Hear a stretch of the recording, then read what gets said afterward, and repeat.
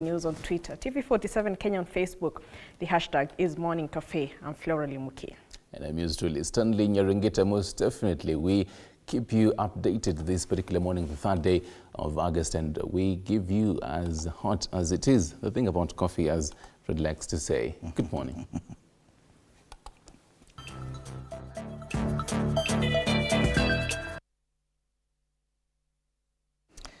To our top story now.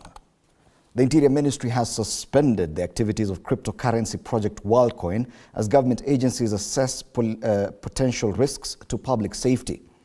The project, founded by ChatGPT founder Sam Altman last week, requires users to give their iris scans in exchange for a digital ID. It also offers free crypto tokens to people who agree to have their eyeballs scanned.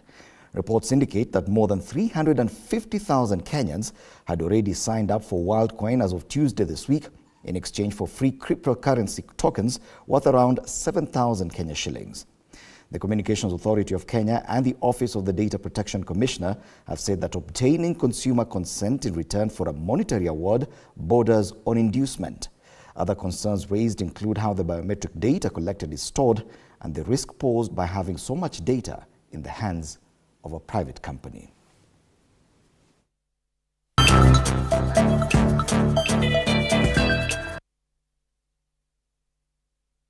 Yes, and that leads us to our question this morning. Do you support the government's move to suspend operations of WorldCoin in Kenya? Do you support the government's move to suspend operations of WorldCoin in Kenya? You can post your response on X at TV47 News. That's our handle there. And on Facebook, TV47 Kenya is the page. We'll be sampling your views as we continue with this broadcast up until 10 a.m. But for now, let's get the day's diary.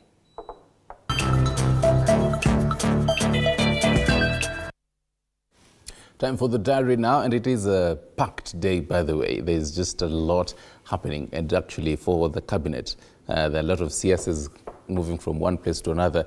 But it matters politics today. Initial sittings for negotiations between Azimio and Kenya Kwanza teams is expected to take place. We will be updating you on when that will happen after both leaders, Azimio leader Raila Odinga and President William Ruto, update on that. Also, away from that, Cabinet Secretary of Mining Salim Mvurya is expected to preside over the launch of Women in the Blue Economy in Kenya. And in matters climate change, CS, Environment, Climate Change and Forestry, that is Soipan Tuya, will be briefing the media on the September 4th to the 6th of September Africa Climate Summit, and Nairobi County is expected to play host to this summit. From that, Haki Africa is expected to hold a press briefing today to call for justice for protesters arrested during the Azimio demonstrations in the previous months. We'll be telling you what they will be saying and all that. In matters health now, oral cholera vaccine campaign to begin today, with the focus being on 8 counties.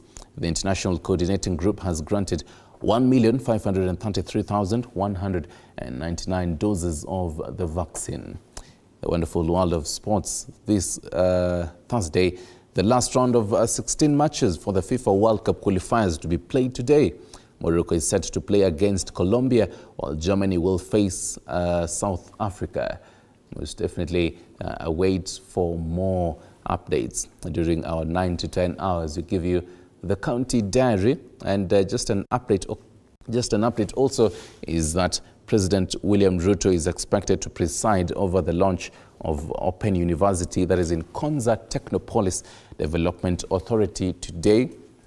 As I told you, quite a lot actually happening, both in the Parliament buildings, that is in the National Assembly, and also the Senate, and the Cabinet. President William Ruto's Cabinet is actually very, very busy today. I believe the whole signing of contracts and performance contracts and all that has really made them busy. Oh, yeah. Yes. After that reading of the Riot Act by the president, You have to be busy by that. they're back in action.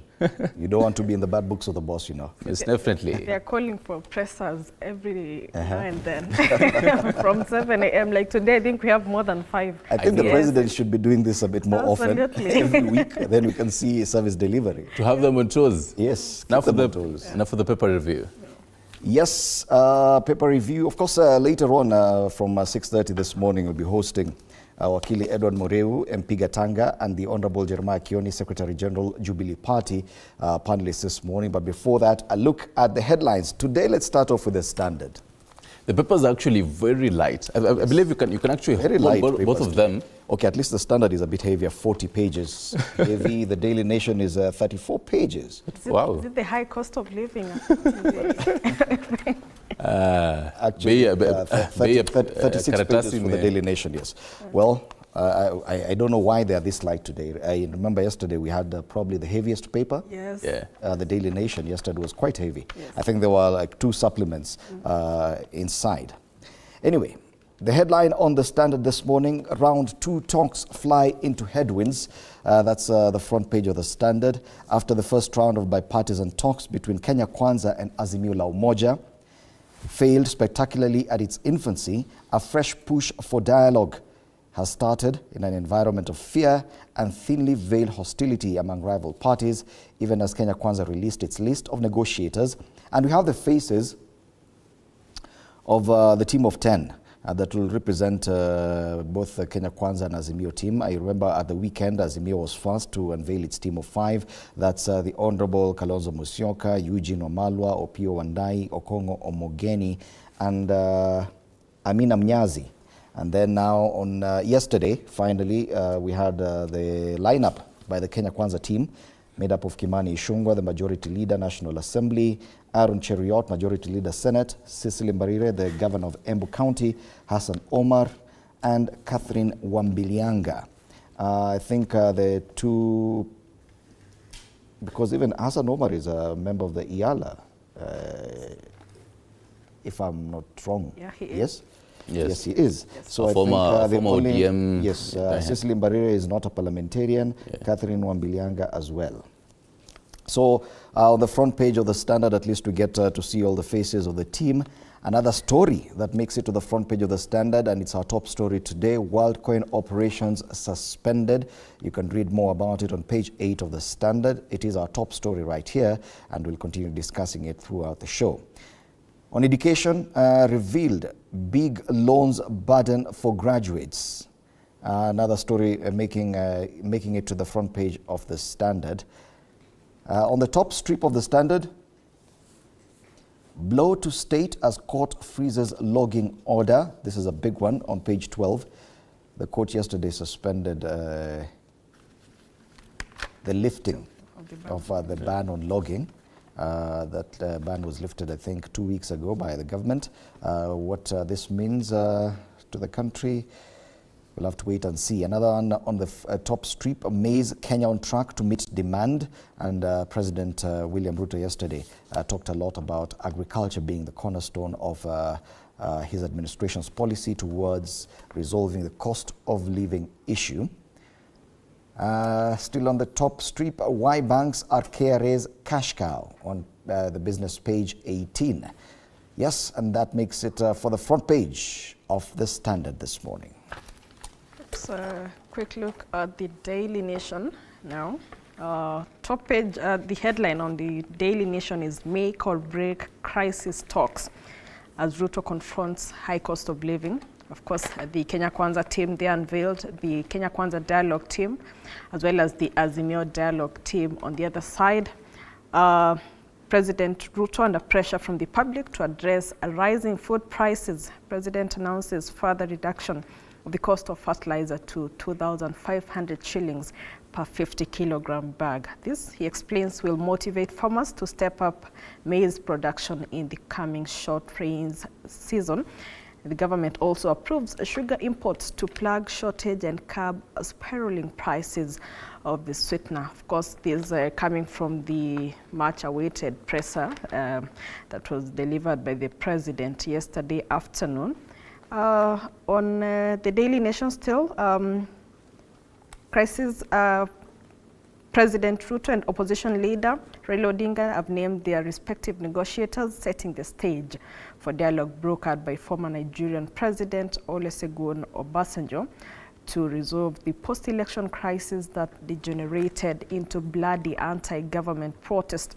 But the feuding over agenda for the talks is causing apprehension and straining an uneasy calm occasion by the temporal ceasefire.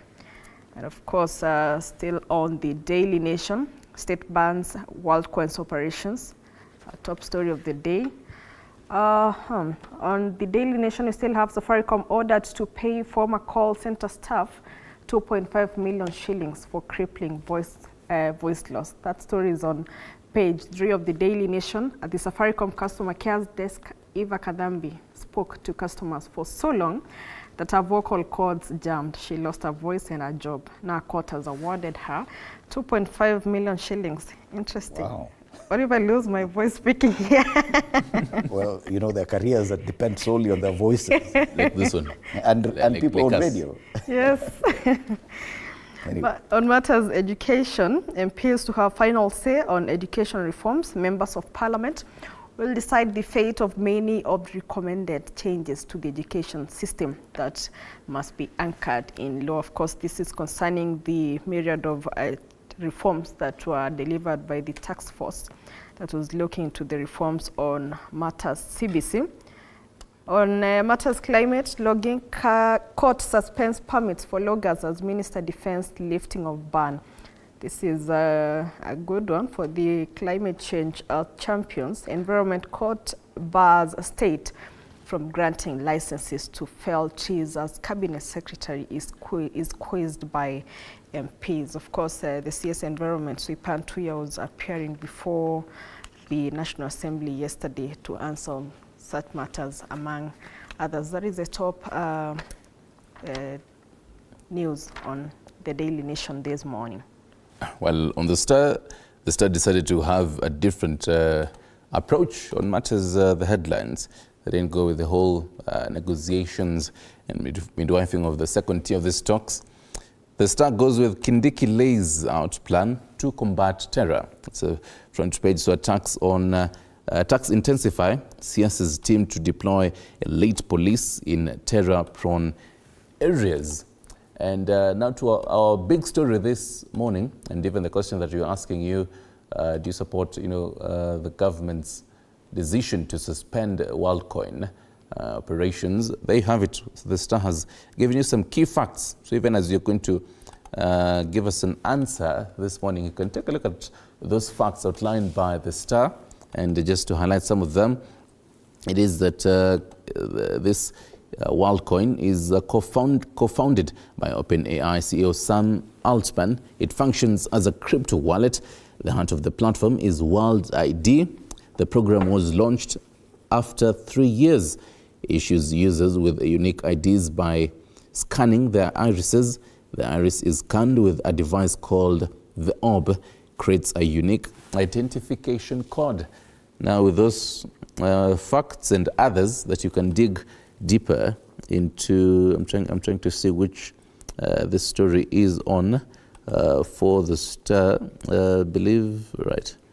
I'll take a look at which page it is deeper, but then you can take a look at that story on the Star and give us your answer this one. Right from that. And still on that, before you move on, the Star has also offered an explainer. All right. On how WorldCoin works. So I think it's also a necessary read. I think online, just look for that explainer. It's a cryptocurrency that enables users to make payments using tokens. For those who do not understand exactly how this system works. And actually, many people don't understand, But yet you see the kind of interest being generated. 350,000 Kenyans had already registered by Tuesday. So definitely there is an interest.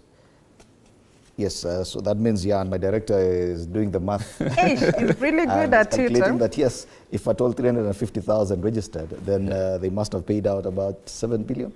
2.5 billion. Yeah. Stanley yesterday Wow, could not minus 20, we are in 2023. The math is not mathing. The math was not mathing. So was it 2011? So between 2011 and 2023, how many years are those, Stanley? Okay, you can answer after the show. You decided to have me on the spot there. This also highlights matters politics, and it decides to go with a false start for Ruto. Raila talks as Kenya Kwanza unveils team. This is on the mediation dialogue. That story is extensive on page 6 of the Star. I also have People Daily here. Before we cross over to Taifa Leo, do you have People Daily? People Daily decided to go with matters education, something at the heart of Ndimoli's heart. Revealed CBC to cost 676 billion Kenyan shillings.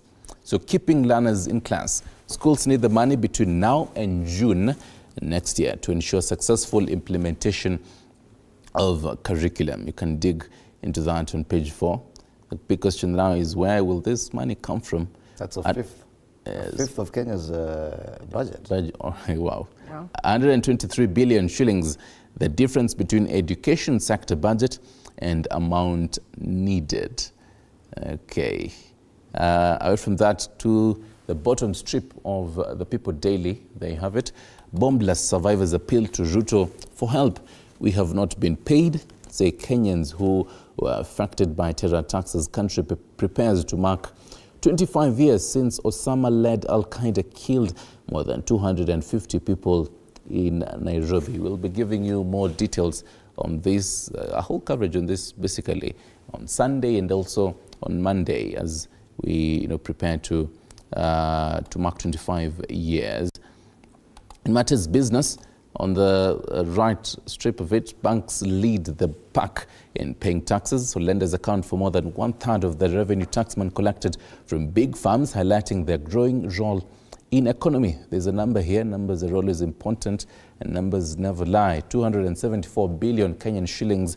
This is the total amount that KRA collected as corporate tax in 2022. Also can see Trump on the spot of a bid to foil polls. We'll actually be taking a look at how that will be folding and unfolding today as former US President Donald Trump is expected in court today. Okay. Let's take a look at Taifa Leo this morning. And Taifa Leo has steered clear of this make or break talks. And they're talking about the cabinet, serikali ya sarakasi, mnara wa Babeli. Vituko ambavyo havijawahi kutokea katika historia ya Kenya vimeshuhudiwa katika baraza la mawaziri la serikali ya Kenya Kwanza. Well, that's a big headline. Baraza la mawaziri laonekana kuchanganyikiwa kila kukicha, mawaziri wakionyesha raia vituko vya kila aina.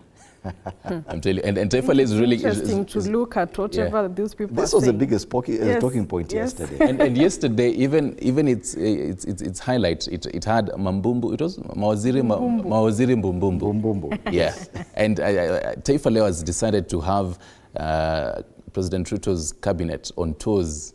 You really have to read this and wow, okay. Serikali ya sarakasi. That's a big headline on the Taifa Leo this morning. Roadside declarations. Mm-hmm. Do you have the Business Daily, Libuki? Let me look at we have the Business Daily here. The headline being Global Supply Shocks Fuel New Food Crisis in Kenya. Very interesting, even as the President announces we are slowly getting back there following the rains that we've experienced. And also still on the Business Daily, Kakuzi is trespassing cows, Enga Golf Club. Okay. Still on the Business Daily, how the state plans to stop dirt cash movement through Kenya. This has been quite a repeat for the Business Daily of the last week concerning stashing of, including, there's also a bill on money laundering and all that, and also stashing money in offshore accounts. Then Centum exposure falls 1 billion shillings in Coca-Cola deal. Also on the Business Daily, we do have dollar holders record large gains as a shilling slides. Right.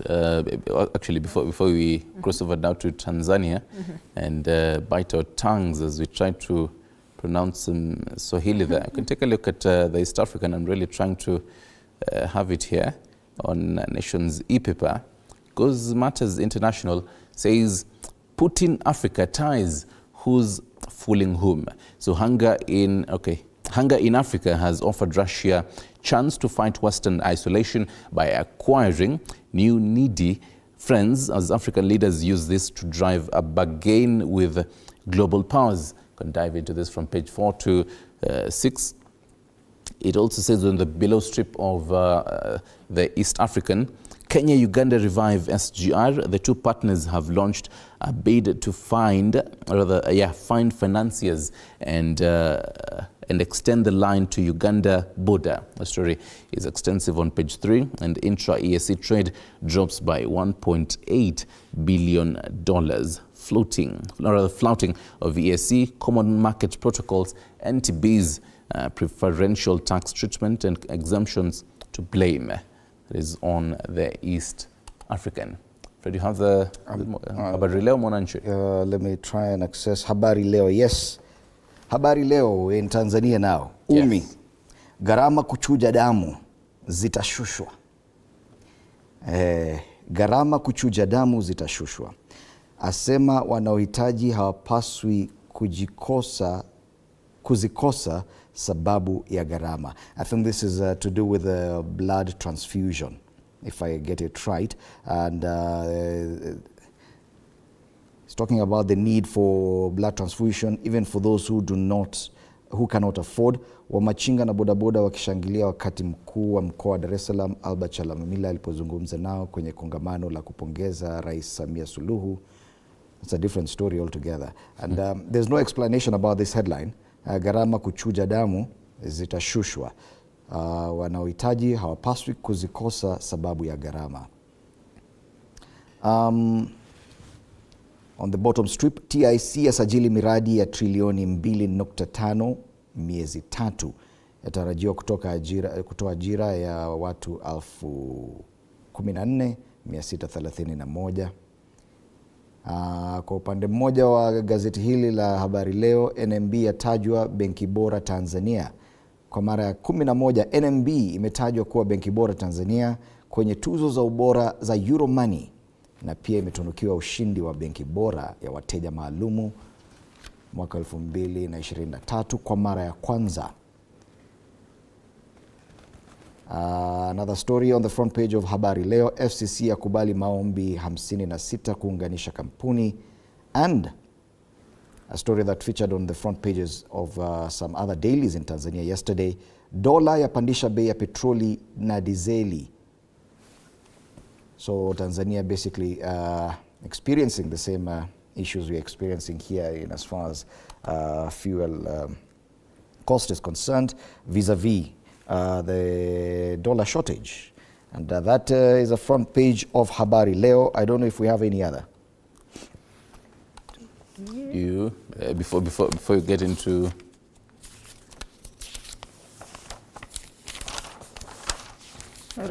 it's been a while we've not seen the Daily Monitor, and I'm looking for it. Just a moment. You've got it? Even as you try to peruse for... Yes. As you look for the cartoons, I'm sure they must be interesting as well.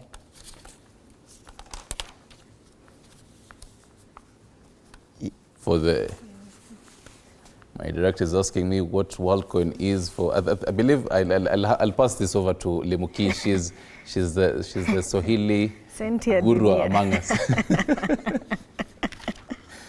Well, I do have the Daily Monitor, and wow, this is a headline. 25 drown in Lake Victoria boat accident. An accident on Lake Victoria that has been blamed on strong winds and suspected overloading has brought to the fore government's lukewarm supervisory of boats and a generally bad season for water transport. This is a Daily Monitor in Uganda. 25 drown in Lake Victoria boat accident. Wow. What a sad headline this morning. Yeah, we definitely. unfortunately don't have that page to show you on screen, but at least that's a headline in Uganda this morning. Right, on page 17 of the Daily Nation, you can have that there. Taifa Leo is talking about Babeli or something like that, and it reflects here on the Daily Nation. The cartoon, Tower of Babel, one government approach. Now, if you remember, that is on page 17, Fred. If you remember the whole biblical story of the Tower of Babel and how chaotic it was, building it. So you have it there, different caricatures. You can see who is who on that story. I'd be frank. The caricatures that I can see there is a caricature that looks like Healthias, Nakumicha. Who else here? Donning a yellow jacket might be. Okay, Moses Kuria maybe. The others. Sorry? It's hard to tell. Yeah. For the others, maybe on top of Nakumicha might. Yeah, Alice Wahome maybe. A caricature that looks like her. Really speaks a lot, a whole biblical meaning. I'm curious what Fred will be really saying on this. Before we can actually dig into this before we move to the Standard. Well, it's interesting because you've seen this cartoon on the Daily Nation mirrors the headline on Taifa Leo this morning. Yes. It talks about what's happening with the cabinet secretaries. Of course, after being called out by the president on Tuesday this week, the fact that they seem to be speaking at cross purposes. Yes. Even yesterday on this issue of the WorldCoin. Yeah. In the morning, the CS for ICT had said something else. Then hours later, Professor Kithure Kindiki comes out and issues a different statement. And then later on, they issue a joint statement. Yes, you see, that kind of confusion is what they're talking about. And again, it boils down to if both of them have to advise the president. Yes. So who is advising who? Yes. If should the president await for the advisory from the Ministry of ICT and later Ministry of Interior, yes. which one should he follow? Absolutely. Let's just say it's not a very nice week for the cabinet. True. It's not been a very good week for them. You can clearly being see called out by the president. Yes, yeah. And then you clearly show from the angle of the president to clearly see why he was actually angry, because every other day he has to deal with it. Yes. So the other day I was seeing the picture of him and Nakumicha looking at the watches, and I'm imagining this is just a picture. Whatever the president is saying here might be a very different message to Nakumicha. Well, it is a serious job. If at all you are appointed to the cabinet, you better take it seriously. And of course, we'll be discussing this and a lot more with my panelists after the break. But you were to look at the other cartoon. Yeah, and speak of matters serious. A caricature, Standard today decided to go matters international and just look at coups in West Africa. Caricature of a gentleman there, donning military regalia, saying, "Wait a minute, gentlemen, let's discuss about this." And a number of war paraphernalia pointed at him. And again, this mirrors what was in the E-Citizen rather, taking a look at the East African, putting Africa ties, who's falling home, and we've been having these headlines a number of days this week. Yeah. Okay, and that brings us to the question: which one do you go with today? If you ask me, I think Tower of Babel, as we said, it's very interesting. The cabinet and their performance on the spot this week. They were signing performance contracts early in the week. Most of them, or some of them, not most of them, I think it was only 2 of them who are extra late. Then the president said something that was very curious, that some of them don't even understand what's happening in their own ministries. Then we see them speaking at cross purposes, issuing different contradicting statements on an issue of national importance, and later converging to write a joint statement, and that whole confusion. So I think the cartoon on the Daily Nation today is very apt. I'll also go with that. And if you look at even this Tower of Babel, at the top, it's falling. So really raises the question, who is going to mend, these particular pieces that are actually falling apart? Is it now the president, or who really has, the powers to actually mend this Tower of Babel? Okay. I think for me also it's the Daily Nation calls for the CSS to tighten up on whatever they're doing in their specific dockets. Most of them were from the politics side to now being technocrats. So I think it's time to also draw the line between politicking and now policy making, and also for them to start to try and regain the public confidence again through clearly understanding what their dockets entail. And it's not a must to respond to something there and then. Take your time. Take her advice. So, of course, a quick reminder of a question this morning, and I'm just posting it on X. Do you support the government's move to suspend operations of WorldCoin in Kenya? You can post your response at TV47 News on X. You can also do it on Facebook. TV47 Kenya is a page. As promised, after this break, we're going to be having our panelists. And today, just a moment, today we are privileged to have the Honorable Wakili Edward Mureo, MP Gatanga constituency. He's already in studio. He'll be joining the panel. We also do expect the Honorable Jeremiah Kioni, Secretary General, Jubilee Party, to be joining us as well. Do stand by for that, even as you respond to our question this morning. You're watching Morning Cafe. And also I'll be taking a look at those particular questions and your feedback later on, maybe in an hour's time. So at TV47 News on X, at Nyerungita _ at Limuki _F. And at Fred Indimuli. Most definitely.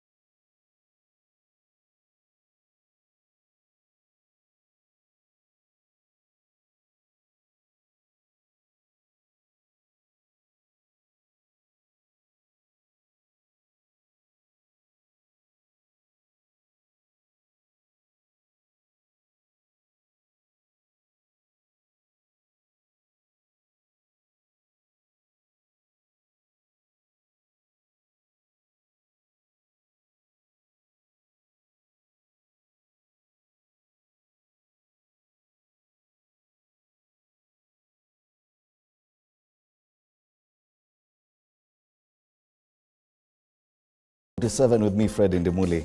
A reminder of our question this morning.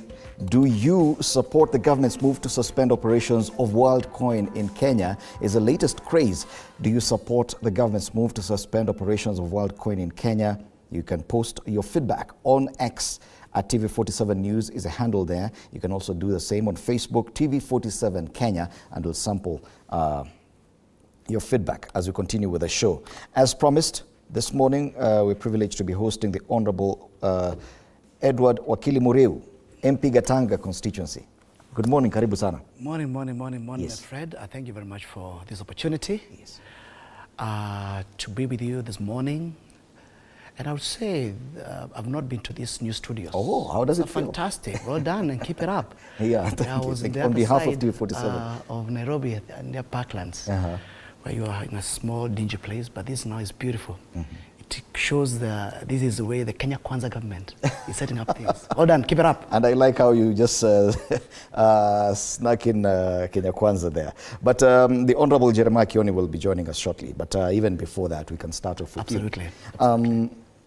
And before we get to this dialogue, because I know it's a big headline on both the Daily Nation and the Standard, there's another, our top story today has to do with WorldCoin, the craze about this new cryptocurrency, which was launched last week by the founder of ChatGPT.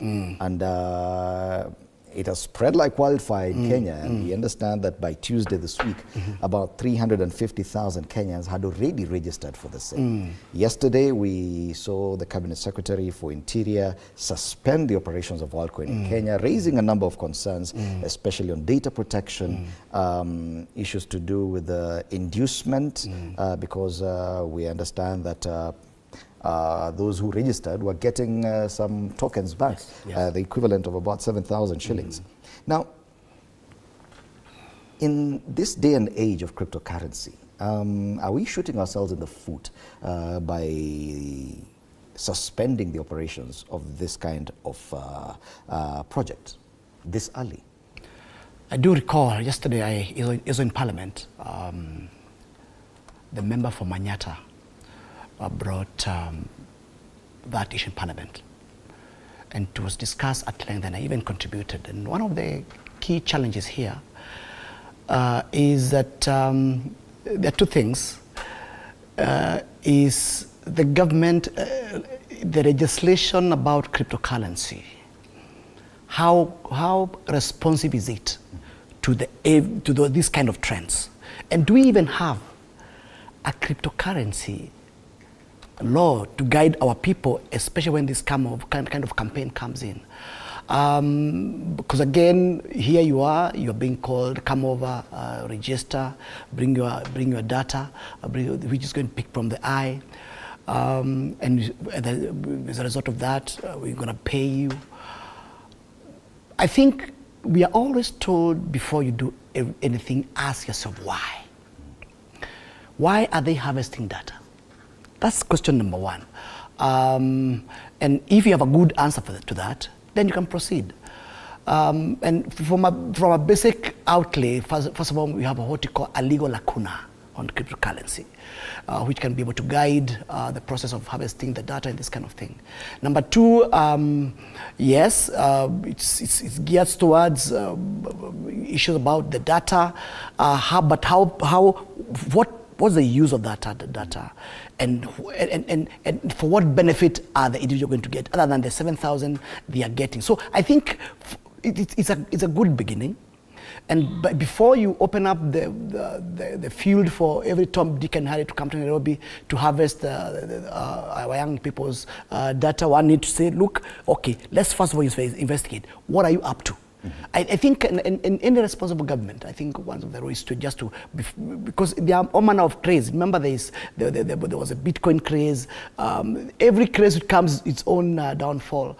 But again, the most important thing is to ensure that that data which is being harvested is not being misused. Yes. But again, at the same time, also us as a legislator to find out, do we have a proper legal framework to be able to guide that kind of process, and ultimately, what are the benefits to the individuals Okay. what the benefits for the country. Because it does not necessarily mean that such a project is wrong, or the fact that probably we lack, as you said, there's a lacuna in law. But that does not necessarily mean that it is a negative project. The fact that the world right now, we're talking about artificial intelligence, the issues about cryptocurrency, this is a reality of the new age. The fact that it has come to Kenya, whether or not we have laws to govern the same, it does not necessarily mean that it's a negative project. It is not. We are not saying it's negative at all.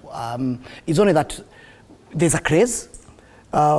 Here 200, 300 youth have been, data have been taken up.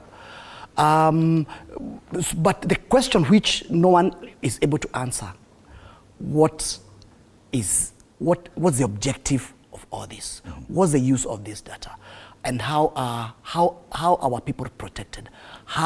What is this we want to achieve? Because again, the bigger goal justifies the means. And also, again, it tickles, as I said earlier, it tickles on the fact that do we have a legislation which now gives that kind of an activity a platform in such a way that there is a fallback in case of anything goes awry. So that's how we see it, and stopping it does not say it won't continue. We just want to consider, okay, there's this which is hitting the town. What is this about? What is it? What is all this about? And what are the benefits the country, the individuals going to derive? And I think after deliberation, I'm sure, because again, it's a free economy. It's a digital age. We cannot be able to forestall the matters or activities which time has come. And of course, for the younger people, and because generally a majority of those people who have turned out to give their biometric data in exchange for whatever tokens they're getting is basically made up of younger people. Absolutely. People are looking for ways to invest. And cryptocurrency is one of those ways to invest. Of course, there are older models about bonds and shares and stock market that younger Kenyans have not been able to enjoy. Yet they understand how technology works. They are saying we understand artificial technology, we understand cryptocurrency, just let us be. We know exactly the risks involved, let us be. Don't you think that they have a right to actually pursue that kind of investment? They have every right to invest. Remember, we have a ministry in charge of IT, led by CS Owalo. Some of these things, because the economic dynamics, the technology dynamics, there are a lot of dynamics in economics, and therefore, they said that we as a government is very, very keen to promote technology, cryptocurrency and all related activities. And therefore, we are not, I think the further that the CS said, hold on, let's find out what it's all this, I don't think it's blocking that activity. Is just to say, look, let's take a back seat. What's all this, and what's the purpose of all these things? And then if one can be able to understand, because I remember we have a whole ministry which is in charge of all those things. Once they interrogate it and find that it's making sense, why not you just proceed? I think to me that's just a matter of like, there's a new storm. What is it coming from? What is the purpose of this? What are the benefits? How secure our people? Then from there, once you're certified, you proceed. I mean, it's a sign of the times. And as promised, the Honorable Jeremiah Kioni has joined us. Is a Secretary General of the Jubilee Party, a former MP for Daragwa constituency. Karibu sana, Bwana Kioni. You found Mheshimiwa and I discussing the issue of the WorldCoin and the suspension of the cryptocurrency project yesterday by the government. This is one of the big stories today. It is our big story on Morning Cafe. It features on all the front pages of the Daily. And it brings to the fore issues that are yet to be canvassed. And probably the question is, are we too slow to legislate or to come up with proper legislations or legal framework to accommodate the new age technology that's moving very fast, issues to do with artificial intelligence, cryptocurrency. We've been talking about Bitcoin for years now, yet we still do not have legislation that can govern how Bitcoin operates in Kenya. Now we're seeing something else, and the best reaction the government has is to suspend the operations. Something that is not a very good thing, given that you saw the very wrong cues of young people who now understand these areas more than those who are reading us. And it is upon those in office to ensure that they respond to these issues on time. I would not believe that this whole exercise was conceived and premises hired, advertised, without even the intelligence system having a read of it. And a functioning system should either have stopped it before people are out in the streets, or ensured that they clearly understood what this whole thing was about. What is worrying is the contradictory positions that is being taken by people in the same office. But it is important for us as a country to know that we have a lot of catching up to do, especially when it comes to the issues of IT. I was going through some of the things that were being said by some of these guys who own big things in terms of IT. He's called Elon Musk, the guy who bought Twitter. And he has a whole write-up on artificial intelligence. And again, if we don't get there ahead of, as a system, as a country, if we don't get there ahead of the young people, we will fight them there and they'll keep surprising us. I'm a little worried. I don't know what you tell all these people, because hawa ni watu ambao walikuwa wamepata hope. At least I can get some 7,000 shillings and start moving something. Owners of capital. And I remember we had that kind of thing. And it's the responsibility of those in office to ensure that it's done properly. Yes. I agree that we need to ensure that we protect our data. We don't want it misused all over. That's why we have the Data Protection Act. And you remember we had quite some push and pull on the same act sometimes in the past, last year or the other year. So there are issues that, of course, as a country we need to be careful about on issues of data, but again, we need to try as much as possible to have people who can keep up with the IT so that they don't frustrate the young people like it's likely to happen now. Okay, and on that confusion that we saw at cabinet level in reaction to this happening, that also goes to show the kind of will I call it lethargy or the slow response to issues that matter to the common Mwananchi. The fact that two members of the cabinet could not agree on this, do we have the right people to actually handle issues to do with technology in particular? Other issues may be different, but in as far as technology and the fast pace at which we're adopting new technology. Remember, this WorldCoin was founded only last week by the same person who founded ChatGPT. That's artificial intelligence. And people are adopting and getting into artificial intelligence and understanding it much faster. With the kind of response you saw yesterday, do we have capacity to actually keep up with that pace? I think, Fred, that reflects clearly on what I said earlier on the lacuna of the law. Remember, law is a beacon which guides conversation, which guides regulations, which guides the roadmap in terms when you come to approach on matters like cryptocurrency, Bitcoin, and that kind of space.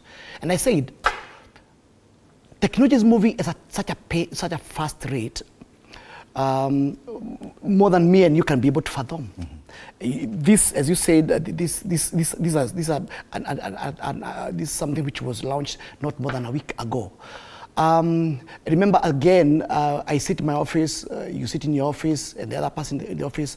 But again, it depends on how each one of us perceives. But I said, I think the most important thing here is not about who said what. I think the most important thing here is, yes, this government is focused in ensuring that the young people are able to be hinged in the technology. And that's why you find in every polytechnic that we are bringing in the Wi-Fi, so at least these young people can work from each and every space. So again, we'll be shooting ourselves in the foot if we try to block this kind of activity. But again, every activity must have a framework. And I think it's also, and holding it does not mean it's banned. No, and I can tell you even today morning, today is Thursday, it's a cabinet day.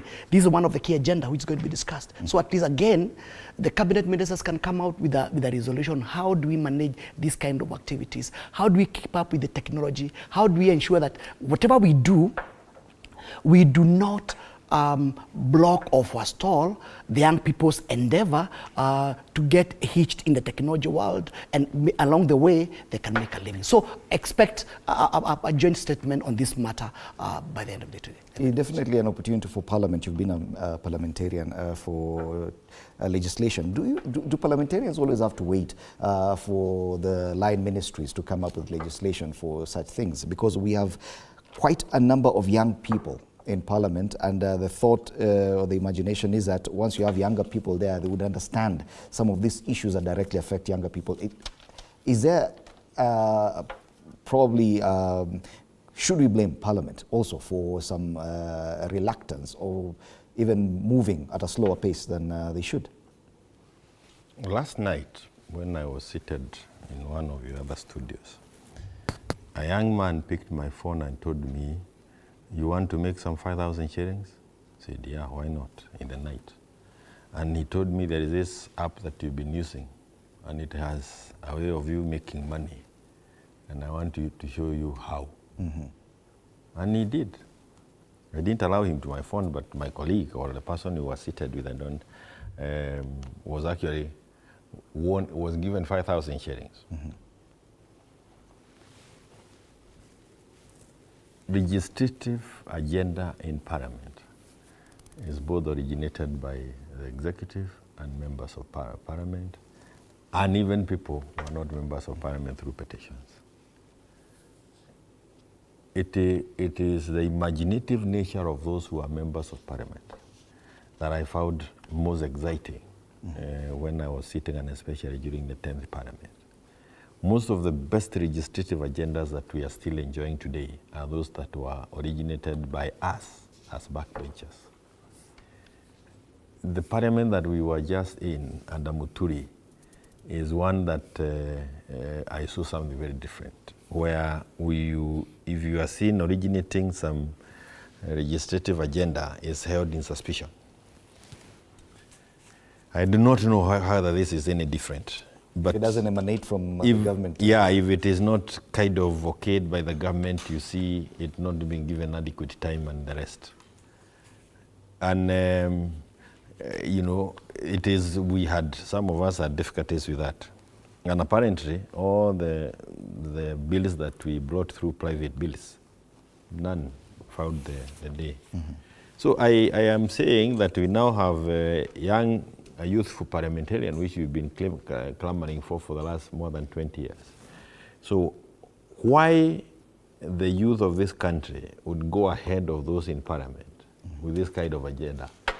It actually means that some of those who went to Parliament saying we are going to push the agenda of youth, well, it's how? Because they should have law in place for this kind of thing. And I can tell you, this is just one of the areas that we've been found napping. Okay. More will be coming out soon. As these young people continue looking for something to do in their lives, they are out, they are educated, they are very innovative, and they are thinking of what to do. Kwa hivyo wale wako kule usifike na ulale, saidia hawa ambao wako nje. Okay. Of course, it's definitely the work of the government to facilitate business and, of course, protect the rights and freedoms of Kenyans as well. So today we ask, do you support the government's move to suspend operations of WorldCoin in Kenya? Keep sharing your feedback. We'll be sampling some of that as we continue with this broadcast. After the break, we'll be looking at the top story on the two dailies today, Daily Nation and The Standard, and it has to do with the dialogue, anticipated dialogue. Both sides have unveiled their list of representatives to the table, and at least now we have a full team. Yet there are some sticky issues that have emerged from the weekend up till today, especially on the agenda that both sides want to be addressed in the talks. We'll be discussing this with my panelists after the break. Keep watching Morning Cafe.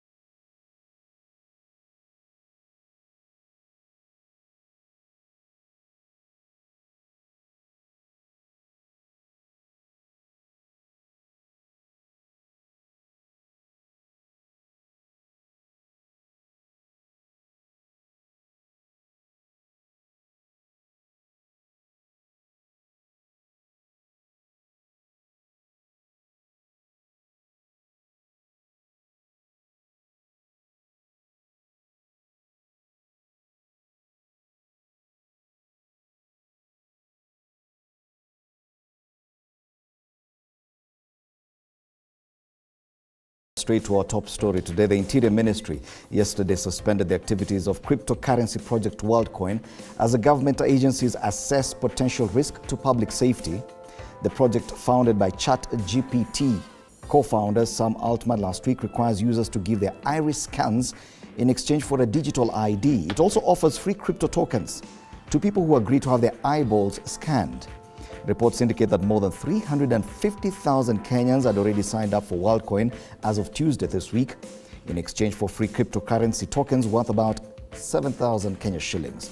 Now, the Communications Authority and the Office of the Data Protection Commissioner have said that obtaining consumer consent in return for a monetary award borders on inducement.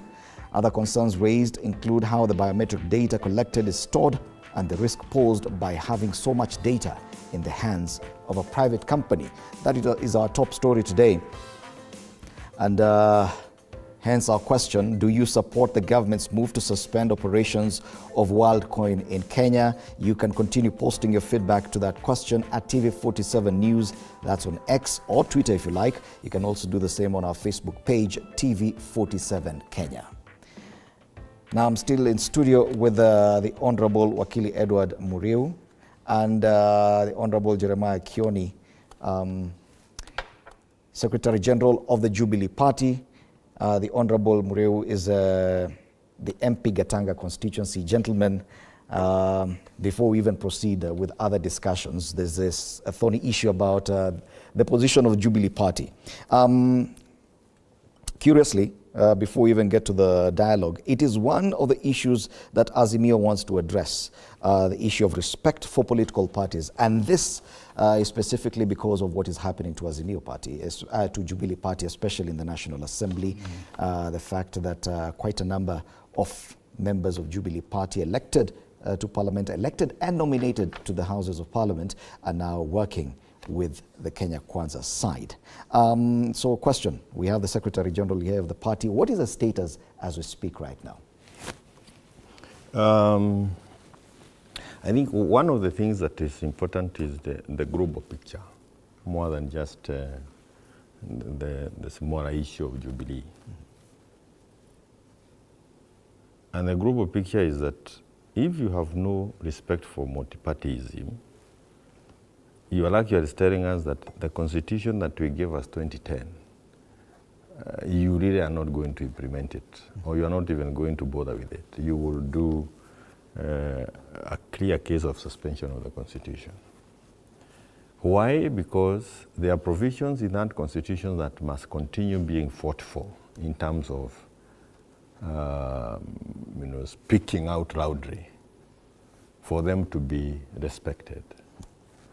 That voice can only be available in a system that we have from those parties that are not in power.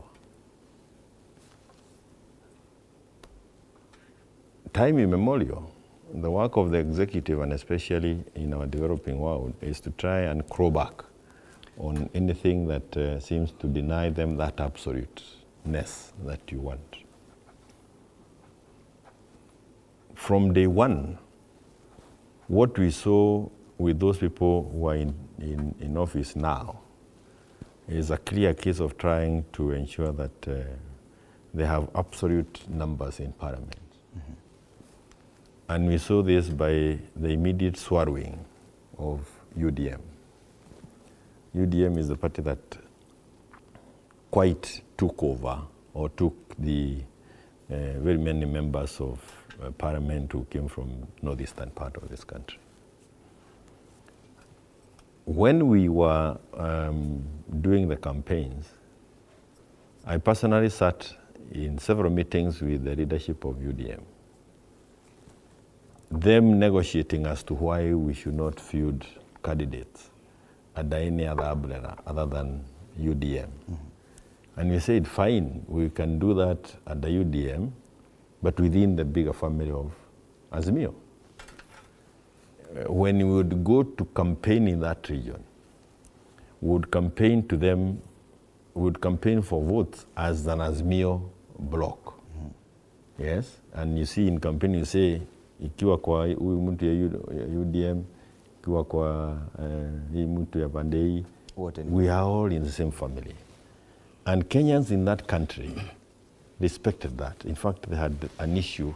Remember, we really debated about the sebos, and we were trying to see which sebos can quickly be understood by the pastoralists, given their nature.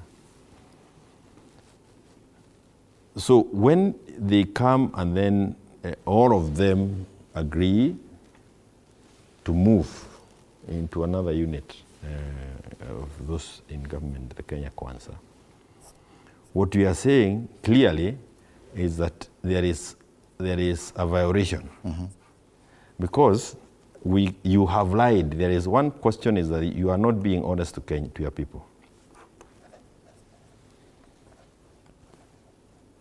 If you really want to, and you believe that you are in the long coalition, go back to the same people you sought vote from under the new format that you want. And it is not anything new. It has been done in this country. In fact, Moi, I don't know, I think you can know a bit about Moi. Moi, whom we behold as one person who had very little respect for many things, was very respectful of this. Whenever he wanted to get members from another party, he would actually get them out of parliament and take them to a by-election. And many people who have made their political careers have gone through this. So we are in Bunge, and we have 172 members of parliament as Azimio. KK has 165 members. Yes? What does this mean? That like it is now in the US, executive is with the Kenya Kwanza, but parliament or legislative agenda institution is at Azimio. But quickly, what you do is take away 11 from here. And the next thing that you want now to do is take another from Jubilee. And there is nothing wrong with somebody feeling like, I cannot remain in this arrangement. But you went to Kenyans talking to them about that. So the law cannot be abused to the point where we lie to Kenyans and then come and do what you want elsewhere. If what we are looking at is Kenyans have done this before, and we did this during PNU and ODM. They say we have given you the presidency, but we are not giving you the members of parliament. Check these ones. Yet, so what we are looking at, just a minute. Members of parliament are allowed to be independent.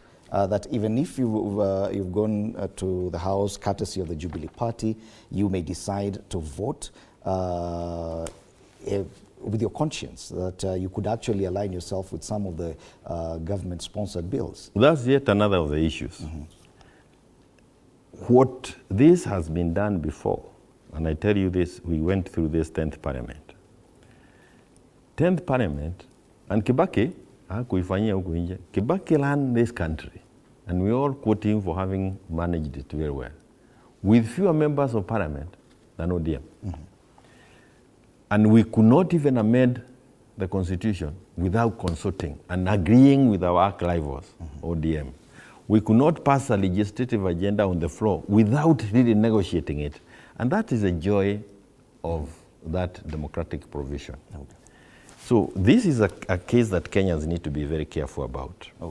We have, there is not just there is, I've talked of UDM, gone. They are trying to take Jubilee. They have taken UPIA, they've taken COOPS, and they have taken 8 members of ODM. And it's not done. What we are going to end up with, I know the target is 233. A supermajority. Supermajority, so that now you can say we are even amending the Constitution in the manner that you want. Unfortunately, these are not issues that you are going to fight. So even outside the quarrels in Jubilee, there is already a case in court. I know you are not aware of it. There is already a case in court challenging the whole of this mess. And I can tell you, you know, we can do many things. The court moves a little slow, but you will see these issues play out in the manner that you see. So these are the issue of independence. Yes, there is a principle that has been practiced all over, and we call it the whip. you go to parliament clear in your mind that you have, yes, you have that independence of mind. But if the whip is cracked on an issue, as a member of that party, you vote as per the whip. In other democracies, you vote outside that whip, you are whipped immediately from all your committees. Okay. What we are now doing, as you allow him to come in and weigh on this, what we are now doing, and it will happen in the coming days, is that you will see the de-whipping of these members from the committees that they are holding from Azimio. Kwa sababu wamesema wanataka kwenda kule, simuache mali ya Azimio basi mwende. Okay. You cannot hang on our side and you are still doing on the other side. So you see that happening and more in the coming days. Wakili, of course, there's the issue of the independence of individual parliamentarians and their choice to vote whichever way they decide. But there's also the issue of sanity of political parties in parliament, even good behavior. We've seen instances where, fine, it is one thing to vote whichever way you decide, but attending parliamentary group meetings, where we see members who are elected on the Jubilee Party ticket, attending parliamentary group meetings in State House. Surely, questions must be raised about such things. Now, Fred, there is what you call, and I think it came up with Obama, audacity of hope. In every situation, everybody is running to where the sunrise is. Jubilee today, and I'm happy to have my friend Honorable Jeremiah Kion here, will tell you is a shadow of itself. Jubilee came to power in 2018 with 175 members of parliament. Today, as per the 2022 election, there are about 28. They came to power in 2018 with 26 senators. In 2022, they have 5. Governors, they had 25. I think right now they have 1. MCA, they had 510. Today, I think they have about 100. What does those numbers tell you? You know my saying, numbers do not lie. These leaders can see the future. And I'm not saying they've been coerced or induced to join the Kenya Kwanza movement.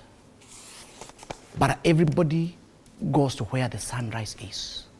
But there's a proper way of going there. There's a proper way of going there. Let me finish. You asked a question. Kindly allow me to answer. No, I'm just interjecting that yes, they're I'm coming allowed there. to, but there's a proper way of going there. If you don't give me an opportunity to take you there. So I must, you see, my friend Kioni has done a quite elaboration of the situation. I want to give you our position because I'm a founder member of UDA party and I sit at the National Executive Council. And you understand Jubilee more than Huda. Huda. Secretary General in charge of legal affairs.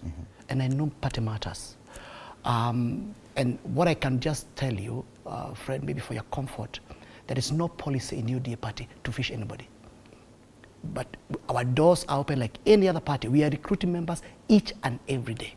That's number one. Number two, what you find again is that when it comes to leadership in Jubilee, and this is again very important, you find that Jubilee is running like a headless chicken.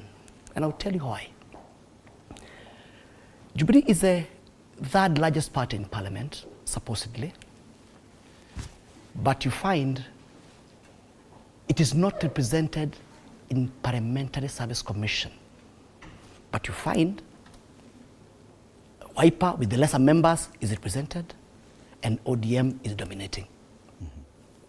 Now, when it comes to this issue about bipartisan, Jubilee did not appoint anybody from their party. Us, as UDA, said no, we need to make sure we also help Jubilee. We brought in Eden Kenan. What happened when we brought Eden Kenan? The same Jubilee shot themselves their foot and kicked him out. What was your interest in Hold supporting on, Jubilee? let me finish. Let me finish. This current composition, which has now been led by our party leader, Kimani Ichung'wah, not a single member of Jubilee is in that group. What I said, the whole analogy, why I'm giving that analogy is for to show you leaders coalesce around the future. They coalesce where there's dawn, the new sunrise. Jubilee Party is heading to the direction of the NAC, for Dasili, and all those other parties which have dissipated.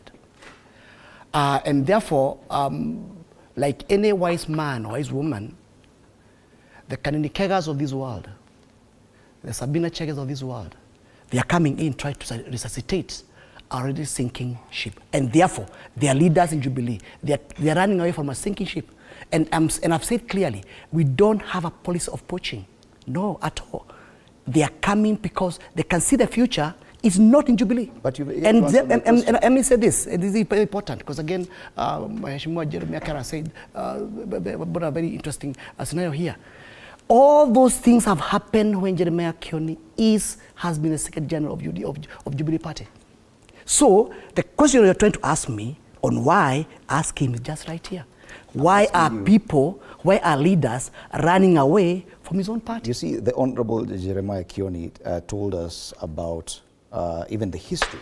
When you change your mind about your position in Parliament and the party that brought you in Parliament, the best way is to seek a fresh mandate from the people through the new route that you seek to represent them. And that's the question. How come these people are not doing the same? There's a proper way of doing things, even in Parliament. How come they're not doing it? We are seeing the minority whip attending UDA parliamentary group meetings. If at all it happened in UDA, for example, if today you felt that by you representing your people, you align more probably, and it's just hypothetical, with the Azimio ideologies, and then you show up at an ODM parliamentary group meeting, and it's well documented. Don't you think that there's something wrong with that? You know, Fred, you want me to talk on behalf of Jubilee members. But you've been doing it. A member of Jubilee. Do you see, as a member of Parliament, do you see anything wrong with that? I am a member of UDA party, and a founder member for that matter. Matters pertaining to the whipping or to putting the house in order sits with now the two Secretary Generals, one of them being Kanini Kega and the other one being Jeremiah Kioni. Okay, I grant it. So, bottom line, it sits the role of bringing what you call political discipline sit with those two gentlemen. But let me also finish and say this. I'm very happy to hear Honorable Jeremiah Kioni talk about the respect of the Constitution and the respect for democracy, democratic space. But I'll say, surprisingly, that comes from my good friend Jeremiah when it's convenient to him. Azimio and Jubilee being part of that spectrum is in the opposition. And I'll tell you, my basic reading of the Constitution and the democratic principles is that the opposition is the government in waiting. The opposition is a government in waiting. Why is it a government in waiting? It's a government in waiting because its role is to challenge the sitting government with superior ideas in such a way that the public can say, okay, we have a future. In the next election, this is the government we shall elect. Okay. Now, come to the issue about the respect for democracy. Azimio lost in the last elections. But instead of accepting and playing the role of the watcher of the government, what are they doing? We will come to that, Mheshimiwa. We'll come to that. But on this issue of Jubilee, we will come to that because we're still going to talk about the dialogue. But before that, I want us to dispense with this matter of Jubilee Party. Because yes, respect for political parties is also part of the dialogue. this has resulted, whatever has happened, it has resulted in a much weakened position for your party, especially within the Azimio coalition. And it is showing now that probably even as the Honorable Wakili mentioned, that even in this lineup of people to take part in the dialogue, that there's no member of the Jubilee Party. And even on the bipartisan discussions that were there before that failed, Jubilee Party was not represented there. This week I hosted the MCA for Kileleshwa in Nairobi, the Honorable Robert Alai, and he said something curious. He said that even within the Azimio coalition, ODM is carrying too much of a burden, that parties like he mentioned, Jubilee and Kenya, are not carrying their weight. Don't you think that that portends a problem for you as well as Jubilee, as the Jubilee Party within Azimio coalition? The fact that people feel that this party or carrying along Jubilee is actually more of a burden for them. Well, and if there's a burden this side, the others think that it is an asset on their side. But all those are individuals, including what I've heard, individuals who want to live in a hypocritical world. I am amazed by, how articulate Wakili became all of a sudden when it became matters of Jubilee. He was fabuling all over when you asked him about the WorldCoin operations and where the registration is, because these are the issues that they should be concerned with. But these people in government, the regime that is under William Ruto, is out just trying to destroy what they think will pose a threat to them 2027. It is for the same reason that you saw William Ruto with his cabinet telling the whole world that you are late, we are going to sack you, the prefect mentality that we were used to.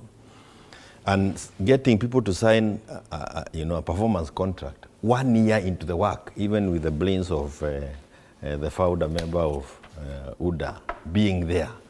You ask yourself, what have these people been doing for the last 1 year? Why would they want to just all of a sudden wake up and say, Kenyans have drifted? I am hearing Kenyans saying this. Why haven't you done it? A dysfunctional unit. Why? Because they have preoccupied themselves with issues that don't benefit Kenyans for now. In fact, issues that weaken Kenyans. You can say all you want to say about Jubilee and the leadership and the rest. But you have asked a very pertinent question. When you invite other people into your PG, when you call the neck of another party and you share it,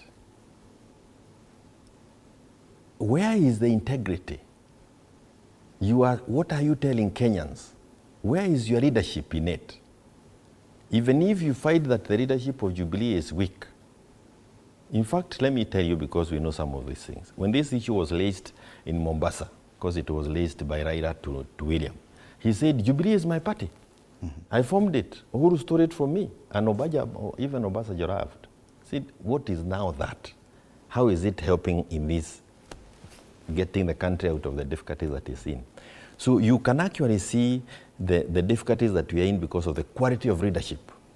You cannot be able to take on a debate from the opposing side. So instead of engaging so that you can get the best out of that side, you weaken it by buying people and getting people to see the sun is rising this side. Come over, if you are here, we'll give you development. What these people are doing, and I'm not surprised, because in the first place, they rejected the 2010 Constitution. They led the no campaign. What they are doing is to undermine this Constitution at any given turn of events. And that is why we are even not able to address the issues that are there. I don't want to talk about Alai, because Alai and Gachagua, I put them in the same basket. Gachagua is the one who said, if you are not a shareholder here, hata wewe ukitoka Jubilee, kuja piga raini huko nyuma, because you'll have to wait for the shareholders to be sorted out first. Alai then says also, in the same breath, I put them together. In Mount Kenya, during maandamano, hakukufa watu ya kutosha, so you don't qualify to be in this committee. So it's the same mentality. And as long as we have this kind of mentality, whichever side of the divide, you don't go anywhere. Because you stop dealing with the issues that are before you, and you want to go around putting yourself, concerning yourself with issues that don't concern you. There is no president, including those who are now sitting in the office of the president, who has never reached out to work with the opposition. But what you do, if you want to be respected as a leader, is you do not go and dismantle because you have the instruments of power. You go and try and work with them. Obasanjo could also not understand how is it that, and he was asking, how is it that you are stopping these people from whipping their side the way they want? How do you take a person who is supposed to whip them and keep them on your side, including crossing over the floor and sitting on the other side? I mean, these are the issues that you are saying. Even before you think that you can talk about anything else, let us see some political hygiene, some political good manners.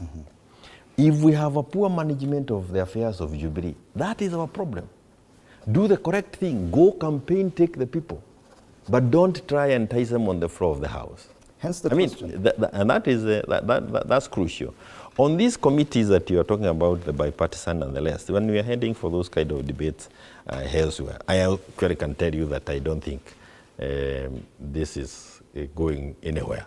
So you're not satisfied with the line from Azimio? No, maybe we not talk about it now. But wait, give it another, give it another 2-3 days, because there is a lot we know. It's as good as an opportunity as ever. I will tell you. Let me pose the question: are you satisfied with the team that Azimio has presented? Oh yeah, we are happy with the team that we have chosen. But even look at the quality. There's no Jubilee person there. Yeah, but you don't have to be there. Why not? You're part when you talk about quality, what do you you look at this quality, look at this. One of the other things. How comes you're not there, Jeremiah? The other time, the other time is we and I like the way Raila says, we give them first division. He likes football. Oh, so you feel that the team by Azimio is stronger? We give you first division, and you give us that division. So where are we going with that? But that is an issue that will come out later. Okay. We are happy with this. If we get an opportunity to sit in it, we will sit in it. Okay. If we do not get an opportunity, so be it. We will continue and we will try and do our best. But before we come back to discuss this, because yes. I want us to do that, this issue of political party discipline, it is a very important issue. And it could affect any party. Not just Jubilee. We've seen that progressively, parties are not able to contain their members. Parties are not even able to discipline their members. People move. And they would never, as he answers, they would never, for as long as we have members on the floor who will be enticed with 50,000 shillings. Yet, surely, you say you deal with the internal affairs of UDA. You want a strong party.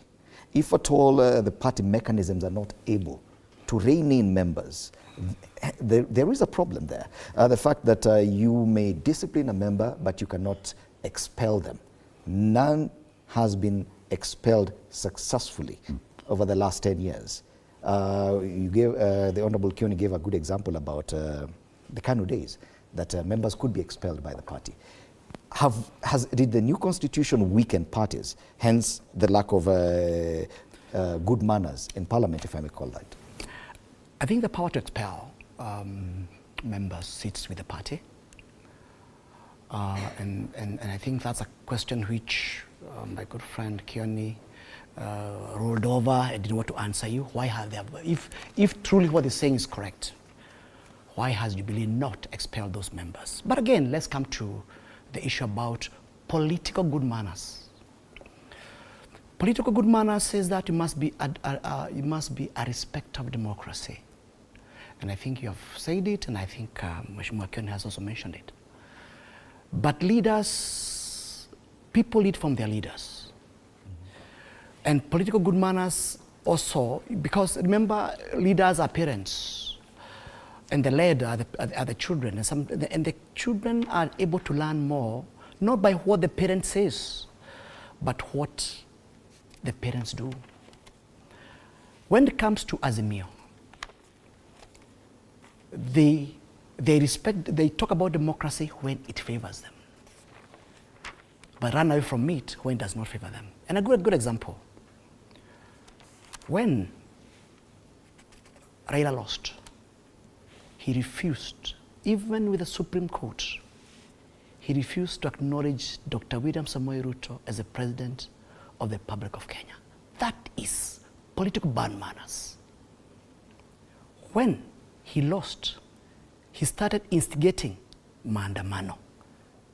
And their success matrix is to bring the country to a standstill.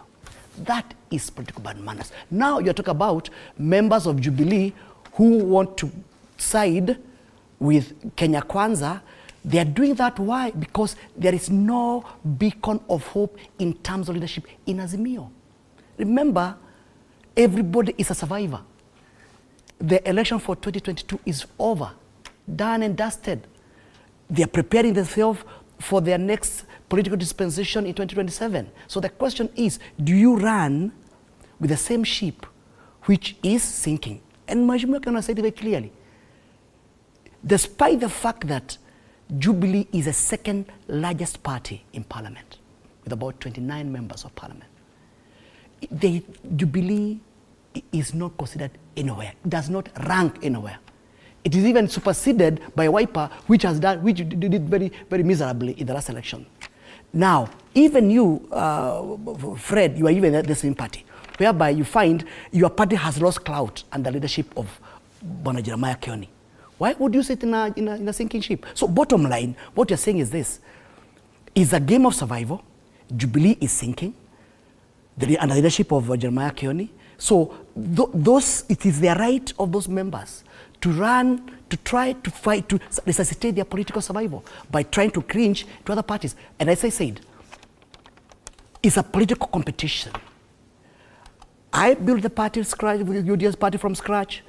I put them on the policies. We did nominations which have never been done in this country. Superb. And that attracts people. Are you confident that UDA is better placed to deal with such issues? The point which I'm trying to bring home is this. My concern is to build a party which will attract able competitors, able members.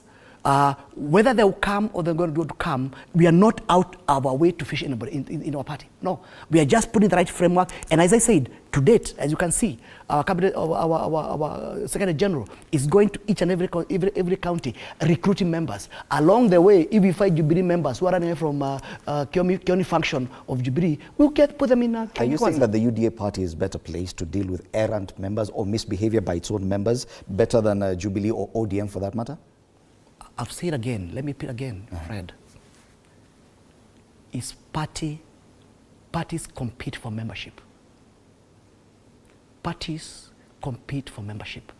If I put UDA in order, and I put the right framework, and I put the right pedestal in negotiating tables, it's not as an inferior member of Azimio or member of Kenya Kwanza. That will attract the right membership, it would attract the right leadership, and that's my role. That's my role, to be able to build a party. That's how you build a party. Okay. You build a party by making sure that the party has a clout, even a possibility of winning the next election. But with these numbers of in this numbers dwindling of Jubilee Party, I don't think Jubilee Party. Thank you very much. Strong party, and it could be able to discipline its own members. Are you saying that UDA is in that position? Do you know the party leader of Kano, even a seat for Senate, he didn't get? Mm-hmm.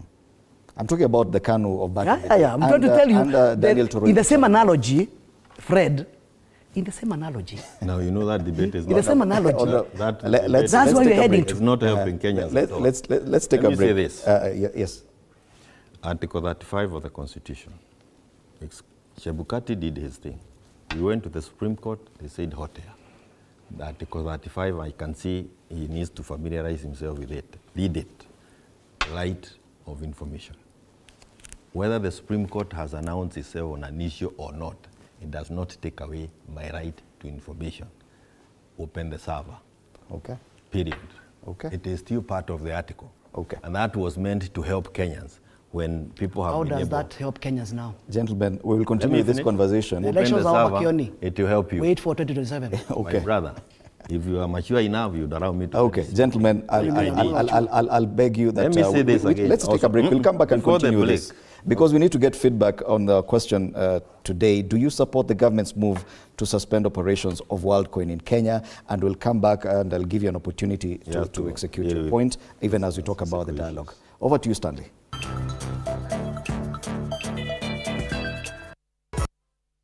Right, some time to get your feedback, and as Fred had alluded, they support the government's move to suspend operations of the WorldCoin. And even as the conversation began, both gentlemen were giving their views on the same. But what are your views out there? I'll start with Facebook at TV47KE.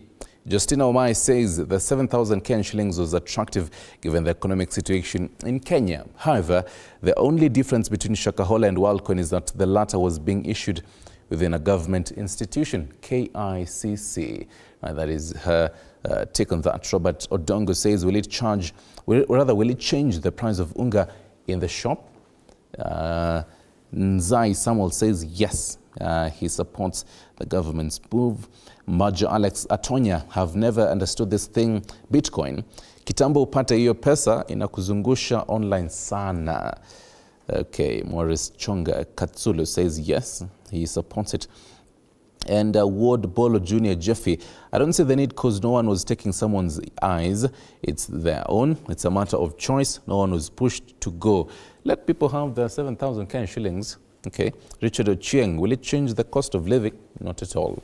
That is Ochieng's opinion. Amos Anyanga Tsali says, yes, not to suspend, but should be abolished for good. And Malo says, he itawaramba, with the thinking emoji there. Let me cross over to what people are saying on Twitter. Having this, okay, has loaded. Lawrence Kitema on Twitter says, yes, I do. That's data mining with no security frameworks and measures. Someone here says, Gideon Kithaka Senior, exactly. Personal data should be protected at all costs. Kenyans are ignorant, so government had to intervene.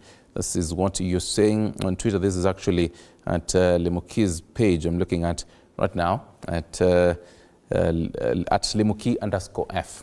You can, reply this particular question there. Sweet Memory says, I want to reply, but this is your personal account. Is that TV47? Okay, you can, at TV47 News on X, you can reply that there. No, youths hawana job na hawawezi kufa njaa. Someone here says, yes, of course, but I think the government should prioritize on making conducive and favorable policies on all sectors to reduce gap of youth unemployment. Otherwise, Kenyans can be conned at any convenience. Philip MacLeod, how did it reach our people in the first place? If the natives can't consume their own broth, we ain't lab rats. Aluta Kwach, clearly the government of Kenya is acting out of paranoia and continued mounting pressure to act and or be seen to be doing something. WorldCoin has been operating in our local universities for the last 1 year or more. Eliud Karuki is asking, which government are we talking about? Okay, the Kenyan government, but he maybe has a deeper meaning to that. Abednego Faulu, yes, I do. It's not safe. How safe is the data being collected from our poor, innocent Kenyans? And keep talking to us. I'll be taking a look at that at around 8 a.m. and also giving you what is trending in the country. Back to you, Fred.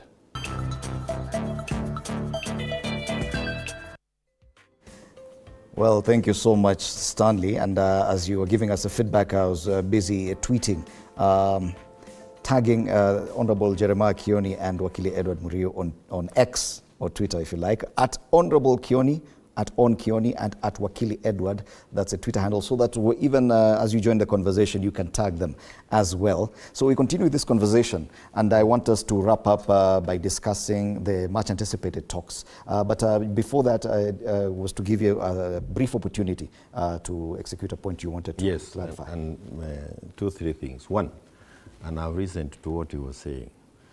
Instead of thinking of what to do in the coming 3-4 years, you can already see in his own confession that they are now arguing for 2027.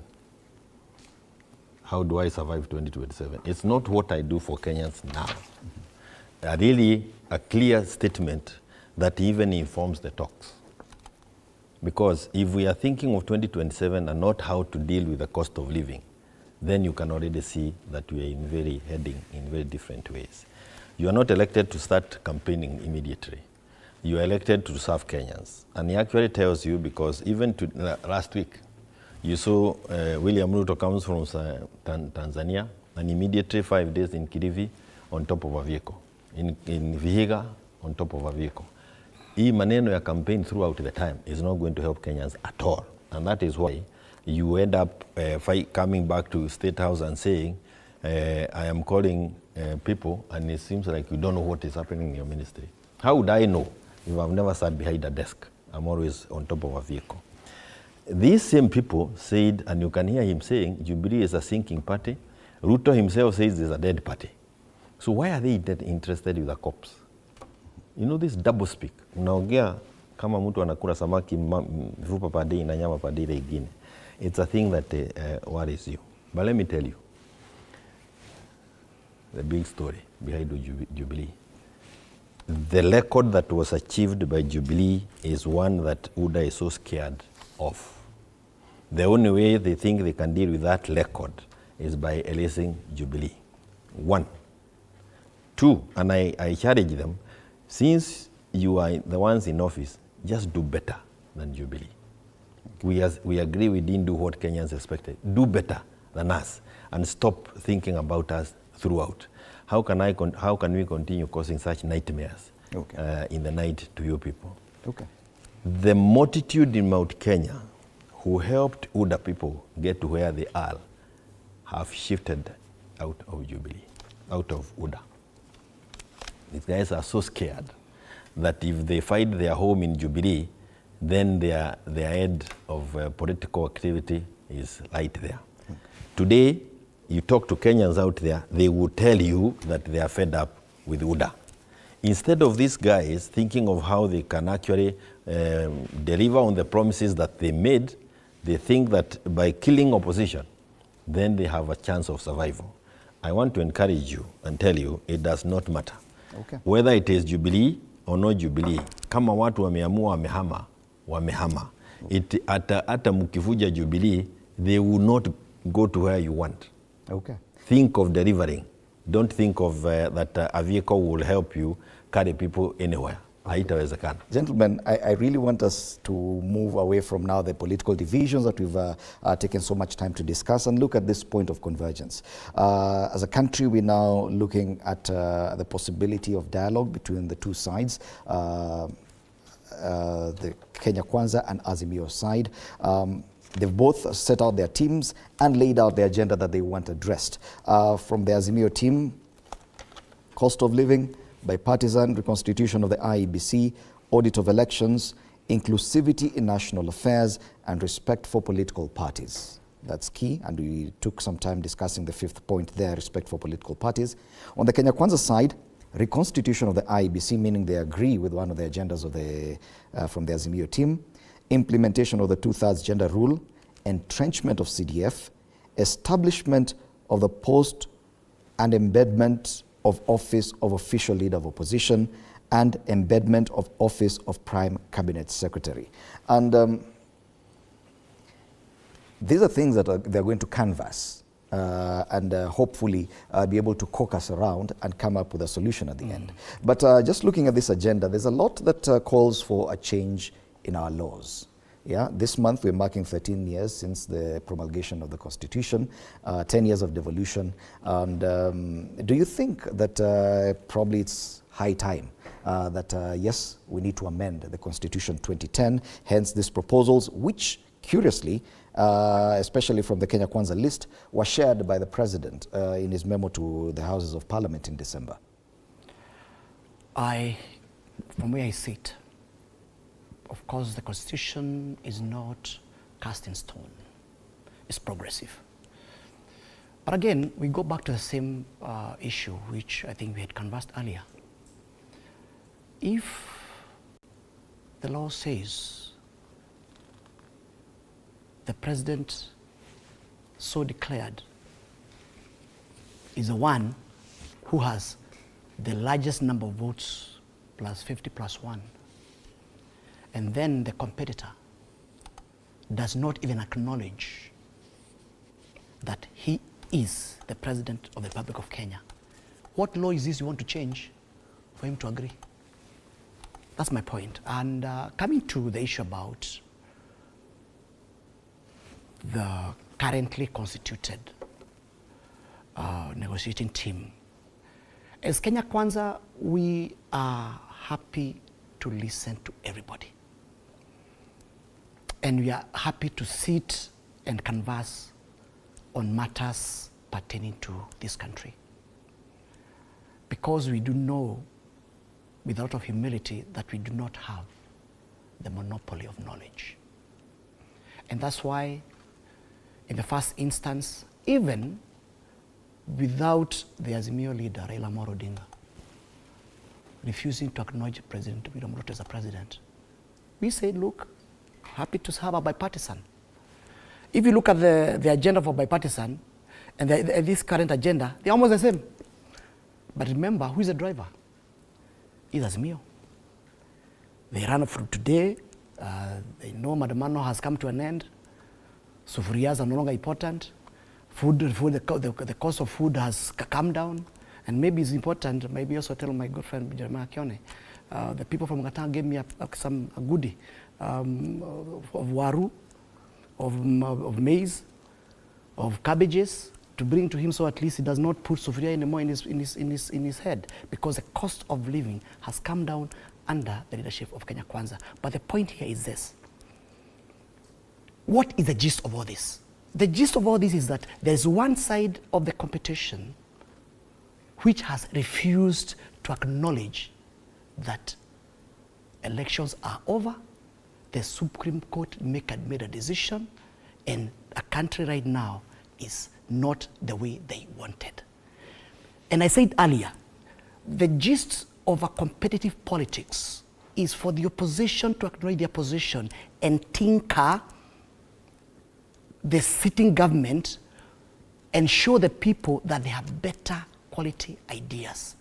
If you look at the matters which has been put down here, from where I sit as a lawyer, when you look at the IBC Act, there is no lacuna.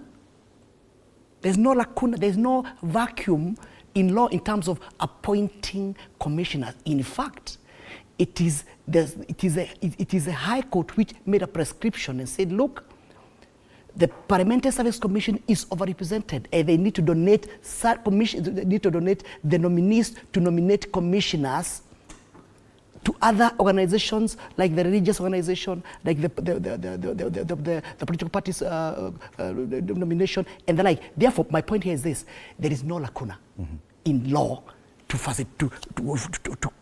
clamor for this. Number two, you find Kenya Kwanza have said,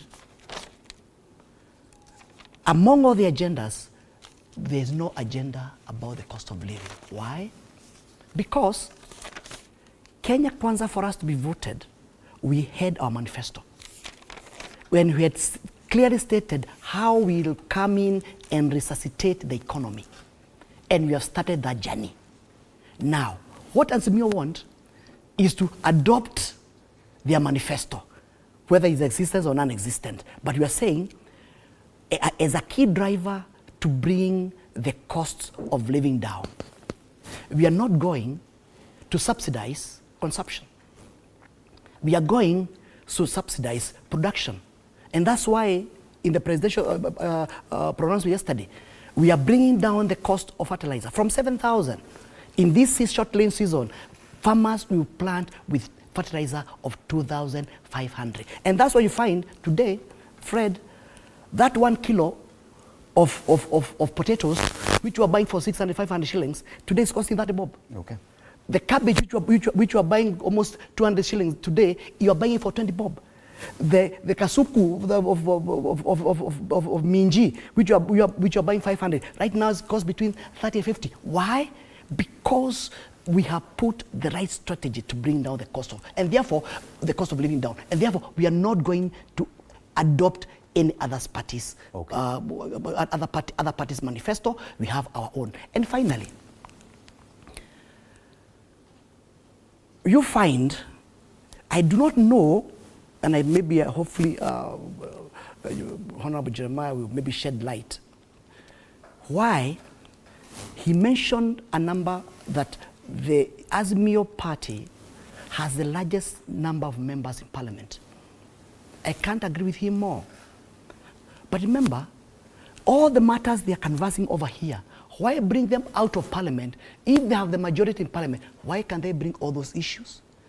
Today, I've never had, Fred, any conversation from Azimio side talking about how, if they are given an opportunity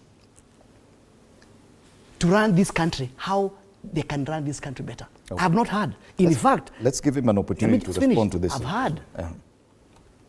Before the election, when Raila and Mother went to studio, they say very clearly, even them given an opportunity, the much they can be able to do is just to ensure that they run with the way they are. And I asked whether you can be able to bring the cost of living down. They said no, because there are many other forces. So bottom line, these conversations are trying to edge towards a handshake. And I want maybe also to send Kioni right now to Uhuru and Raila and tell them Kenya Kwanza government has no space for handshake. Okay. It's not therefore, it's not provided by the law. I'll pose the same question I posed to the Honorable Wakili on the issue of re-looking at our laws. Because even during the campaigns, there was an issue of the BBI. And BBI had some of these proposals in a different form, probably on the issue of embedment of the office of Prime Cabinet Secretary. There was a version of the Chief Cabinet Secretary. Issues to do with the probably even implementation of the two-thirds gender rule and establishment of office of leader of opposition in their own inclusivity in national affairs. We're seeing it more and more mirror what was there in the BBI. Do you think that this is a perfect opportunity to actually kickstart a relook at our constitution? I start from where he finished and say that Raila mwenyewe amesema mikono ya hawa wawili ni chafu. He has no time to shake their hearts. So hii mambo yenye ya kufikiria mambo ya handshake, mkono chafu ambayo imejaa damu, he said he's not going to shake it. So whenever you think about it, let that sink in your head. The other thing is this. These guys can never finish a sentence without mentioning Uhuru. He's the chairman of Azimio. Uhuru, you know.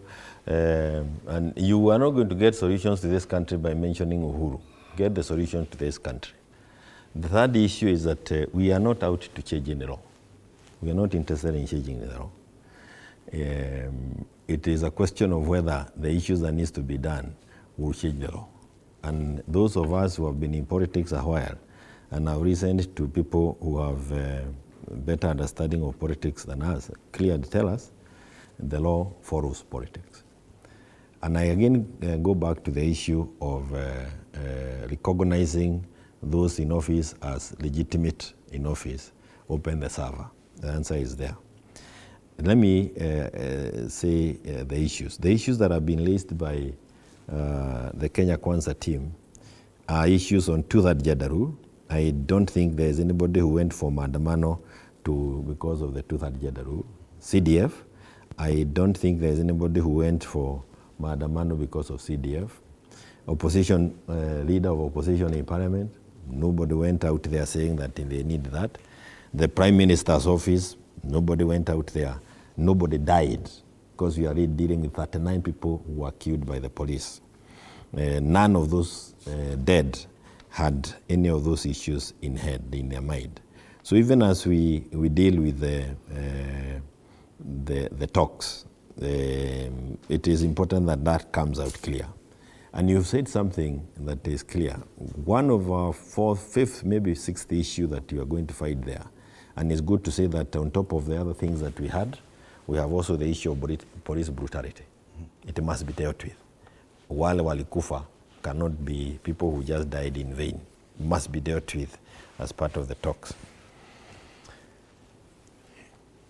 The issues all these issues that have been raised by Kenya Kwanza, two things that you yourself have said. One, they are contained in a memorandum that was written to President by William to Bunge. So that's an agenda in Parliament already for KK. If they want us to help them with the parliamentary agenda, their own parliamentary agenda, that's something else. Secondly, all those issues without exception were all contained in the BBI.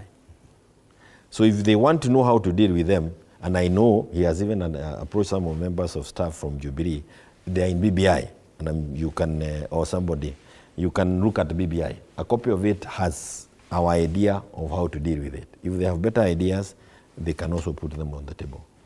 And that is not, that is because, and I want to add here, none of these issues that have been listed by KK are going to happen because they all require amendment to the Constitution without having a referendum to the people.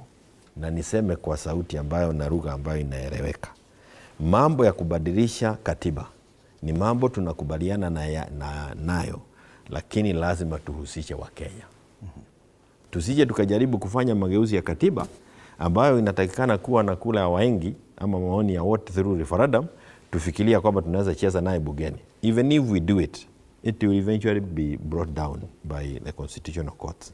And that is, again, something that is there, and we need to understand that. Okay.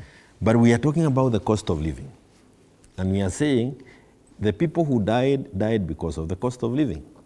And what is amazing is that the only aspect of the cost of living that Kenya Kwanza, and you have had Wakili here say it, is fertilizer. I don't know when you came into contact with the fertilizer yourself. Forget about wale wako kule nje.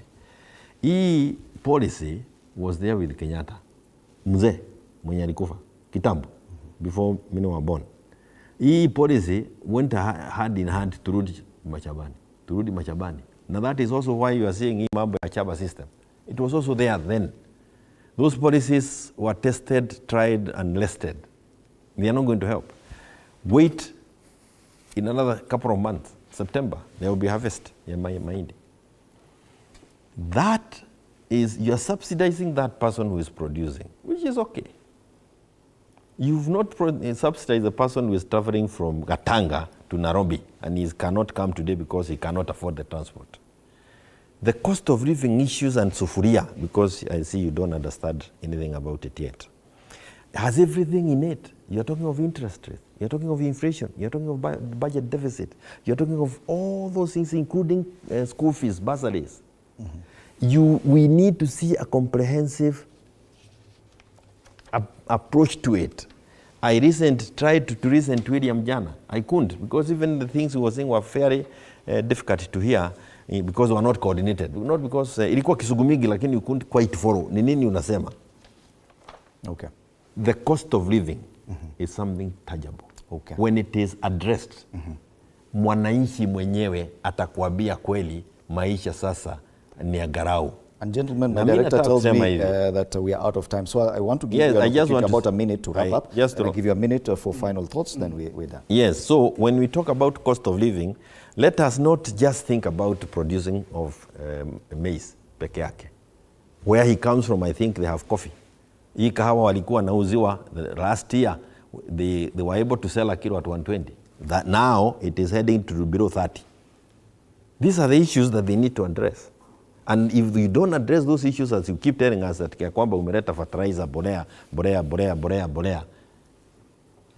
Today, all the sugar factories in Western Kenya are closed. A kilo is 160, 2 kilos 520. I told my wife last night, akaniambia wewe, I am the one who went to the supermarket, asking me about the cost of those things. So it is little things, and this is why I'm saying we are not going to be able to address these issues if we continue being dismissive in the manner that I hear from KK. And if you continue thinking that we are interested in William, by the way, let me say this as I conclude. Uhuru and Raila one time sat us down and told us what was the handshake about. And Raila said, the only reason why I agreed to work with Uhuru is because, one, I understood what he wanted to achieve for the country. He understood why I was learning. And we also understood why we needed to bring the country together. I am not going to work with a person whom we cannot be able to come together. Okay. So stop dreaming that Raila is interested in having a chair in the government. Okay. You must address the cost of living for us to go down to the other issues. Okay. That's a precondition. Asante, final words? Thank you. What I just like to tell our viewers is that as Kenya Kwanza government, the least we're asking for is time. Time, because we have a very clear program. We have a very clear strategy in terms of addressing the cost of living. If you look at our budget, 2023-2024, we have plugged all those things in place to ensure, number one, since you're in the hole, we can't continue digging. We're at a 9 trillion debt. It's way beyond. So, and if you need to run our country, we need to run our country with our resources. And that's why you find that the president is very bullish, saying, look, we are doing everything possible to ensure that the cost of living is addressed. And therefore, we listen to Ejiko. And what I would like to say is that we have started seeing the results of that intervention in the costs of goods. If today the inflation was 7.9 about a month ago, right now it's 7.2. So it means that we are on the right trajectory. And therefore, I would like just to request our competitors and tell them, look, if they are really and truly want to support Kenyans, the way to bring the cost of living down is not through mandamano, is not putting sufurias in their head, but is coming up and conjuring us and giving us better ideas if we have the wrong ideas. And finally, I would like to thank the great people of Gatanga for giving me this opportunity and tell them, look, the Kenya Kwanza government, yesterday I brought a bill in parliament to start a school feeding program